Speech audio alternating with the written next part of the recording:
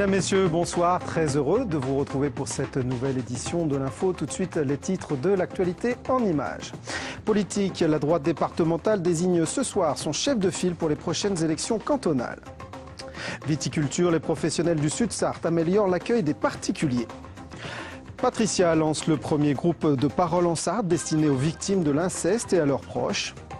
Le marché du chien est lui en repli, c'est le constat des éleveurs interrogés lors de la foire aux chiens qui a eu lieu dimanche à Guesselard. Et puis, la famille du Pérou réside à Avoise depuis 550 ans, un anniversaire qu'elle marquera ce week-end. On commence par l'actualité politique. En mars 2011, Roland Duluart va quitter la présidence du département et ce soir, les conseillers généraux de droite vont désigner leur chef de file pour les prochaines élections cantonales. Explication. Deux candidats semblent émerger. Dominique Leménaire, élu de Montmirail, député de la Sarthe, n'a jamais caché son intention de briguer la succession de Roland Duluart. En face, Jean-Marie Jevaux, conseiller de Le Mans-Nord, s'est fait plus discret. Moins jeune, son image est aussi plus consensuelle. Elle peut séduire la majorité des 23 conseillers généraux de droite. Ceux-ci trancheront à bulletin secret ce lundi soir à l'abbaye de l'Épau. Le candidat désigné aura fort à faire car avec 23 élus contre 17 à la gauche, la droite départementale ne dispose pas d'une grande marge de manœuvre. Seuls 19 des 40 cantons seront renouvelés en mars prochain. Économie en bref, l'annonce est tombée aujourd'hui. La société Forking SAS va s'implanter en février prochain à Arcenay, c'est dans le Nord-Sarthe. Cette entreprise fabrique et commercialise des produits frais cuisinés. Elle prévoit d'embaucher 10 personnes la première année, 35 sur 3 ans. Carte scolaire, manifestation ce matin à l'école Marcel Pagnol du Mans, c'est dans le quartier de l'Épine. Les parents protestent contre la suppression d'une classe qui a été décidée vendredi dernier. Ils font valoir que 40 enseignants sont actuellement inoccupés en Sarthe. Une rencontre avec l'inspecteur de circonscription aura lieu demain soir. Les vendanges, c'est dans un mois maintenant. Et pour les viticulteurs, septembre doit être légèrement humide et doux pour produire un bon millésime. Une condition nécessaire mais pas suffisante car il faut aussi savoir accueillir les acheteurs. La vente directe se développe donc dans le pays du Janière et du Coteau du Loir où s'est rendu Michael Texier. À Ruillé-sur-Loire, un vigneron passionné par son Janière est très fier de présenter à la commission agriculture du Conseil général son dernier bijou, une cave de dégustation aménagée à même la roche. Il y a vraiment la température idéale pour goûter les vins. On sent la roche, donc déjà on a le côté caractère de nos vins. Parce que là on est juste en dessous de la vigne, quoi. Et c'est bon, c'est comme si on était dans les racines des vignes, donc c'est là, quoi, le caractère. Investissement total, 15 000 € avec une aide substantielle du Conseil général, car savoir présenter et promouvoir le vin, c'est l'ultime étape d'un processus long de rénovation du vignoble sartois. Le Conseil général nous a aidé à renouveler le vignoble pendant une quinzaine d'années, depuis les années 80 à peu près. Et puis là, on est dans une deuxième phase, c'est-à-dire que maintenant on a notre vignoble qui est là, qui produit, et maintenant on commercialise. On a la chance d'être dans la vallée du Loir, une région touristique. La majorité de nos produits sont vendus en vente directe départ de nos caves. Donc à l'heure actuelle, on aménage nos caveaux de dégustation et nos caveaux de vente. Avec le développement du tourisme vert et l'augmentation du chiffre d'affaires dégagé par la filière viticole, le Conseil général voit un troisième intérêt à aider les vignerons. Le nom du département fait le tour du monde. Je suis allé au Japon il n'y a pas très longtemps, on m'a parlé des 24 heures et on nous a parlé malgré tout du Janière. Alors c'est quand même une bonne chose. La production s'exporte bien mais reste encore modeste. Entre 15 et 20 viticulteurs produisent 500 000 litres par an sur 180 hectares. Mais signe que le Janière et le Coteau du Loir ont fini leur mutation, chaque année, un nouveau vigneron vient s'installer en Sarthe. Les syndicats s'attendent demain à une forte mobilisation contre le projet de réforme des retraites. Au Mans, le cortège partira à 9h30 depuis le palais des Congrès. Et du côté de la Flèche, le rassemblement a lieu à 18h sur la place Henri IV. Notez que les transports publics seront perturbés. La CETRAM a mis en place un service minimum sur l'agglomération mancelle qui correspond à celui d'un samedi classique. La SNCF, de son côté, prévoit un TER sur 3 et un TGV sur 3. Et puis la Stao vient de nous faire savoir qu'environ 2 lignes de bus interurbains sur 3 seront assurées. Elle a été victime d'inceste durant toute son enfance. Aujourd'hui âgée de 44 ans, Patricia a décidé d'ouvrir le premier groupe de parole en Sarthe pour les victimes de l'inceste et pour leurs proches. Un groupe dont la première réunion aura lieu à la Flèche le 11 septembre prochain. Voici son témoignage.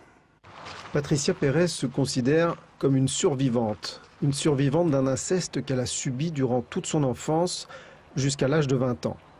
Elle a accepté d'en parler à visage découvert, non pas pour évoquer son agresseur, les faits sont prescrits, mais pour expliquer comment cet inceste a plané sur sa vie de femme mariée, maman de 4 enfants. Car durant encore 20 ans, Patricia va vivre ou survivre avec ce secret jusqu'au jour où l'une de ses filles ressent inconsciemment son mal-être. Et donc là, je me suis dit non, c'est pas possible, Patricia, il faut que tu parles. Et là, tout est sorti d'un coup. Donc en fin 2004. Et là, ça a été hyper violent. Mon mari n'était au courant de rien. Donc il a tout appris comme ça, sans préparation, sans rien. Et moi, j'ai plongé. J'ai plongé, profond. Ouais. Et il faut dire aussi qu'après, on se retrouve tout seul. La famille nous rejette. C'est pas possible ce qui a pu se passer. On est des menteurs. Je suis traitée de folle. Bon, maintenant, j'arrive à me relever parce que je suis aidée.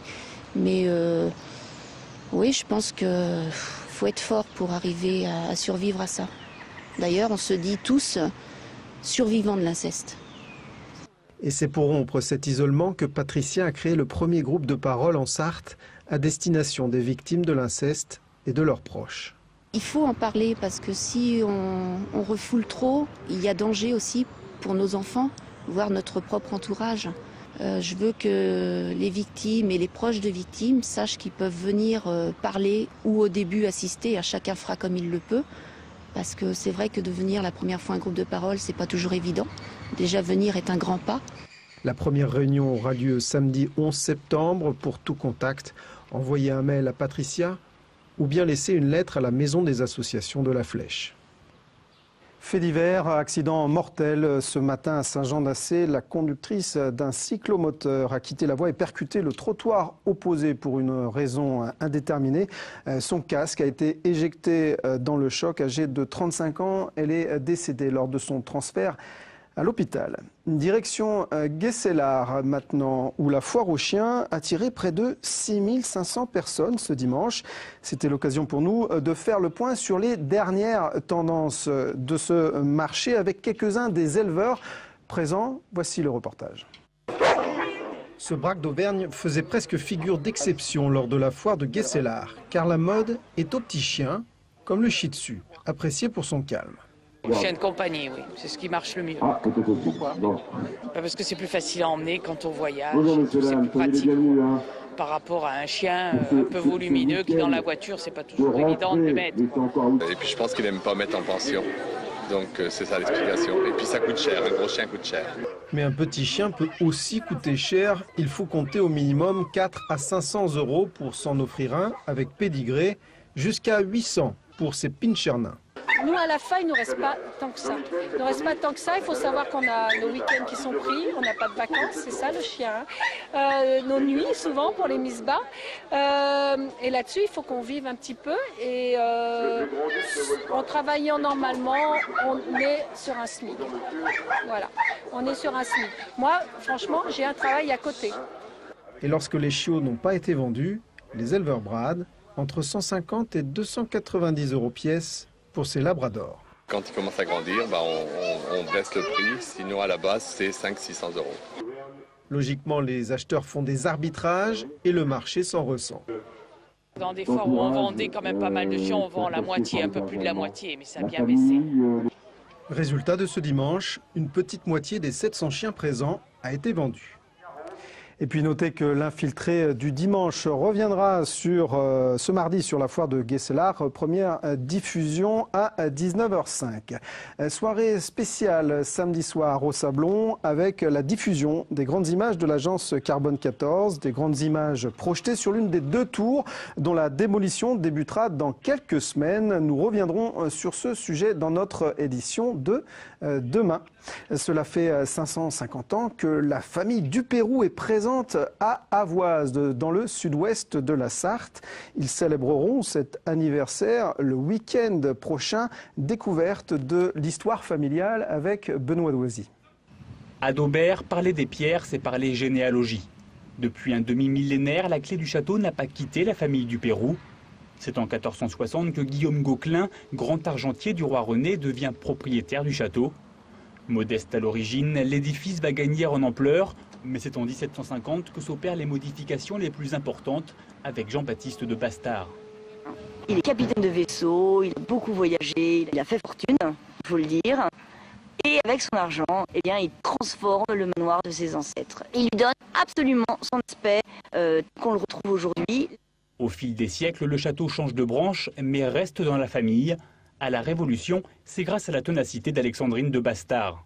Une femme qui avait émigré au début de la Révolution et qui est revenue à ses risques et périls en 1794 pour être sûre que son bien, son château, ne soit pas saisi, ne soit pas vendu.